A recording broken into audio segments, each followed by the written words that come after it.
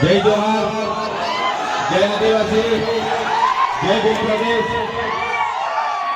થાકી ગયા લાગે છે બધા।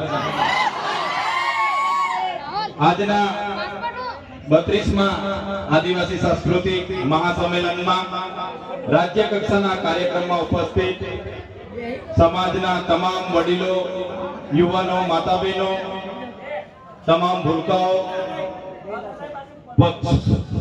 તમામ પક્ષના પદાધિકારીઓ, તમામ લોકોને બે હાથ જોડીને માથું નમાવીને મારા સેવા જોહાર કરું છું।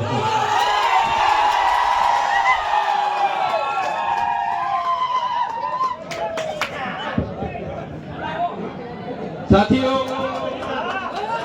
આ 32મો આદિવાસી સાંસ્કૃતિક એકતા મહાસંમેલન છે। આપણા વડીલ શ્રી અશોક દાદા જેઓ એકતાનું પ્રતીક છે।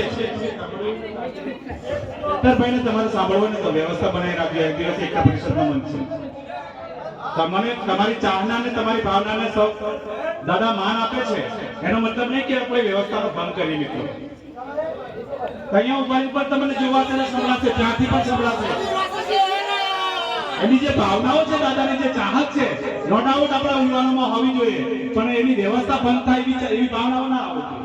કાર્યક્રમમાં વ્યવસ્થા આપણને લાગી છે તો વ્યવસ્થાનું પાલન કરો। અને YouTube પર જે મોબાઈલો વાળા છે આપણા મિત્રો, એ કમ્પ્લીટ રહો, બરાબર ને? મીડિયા વાળા કમ્પ્લીટ રહો મિત્રો।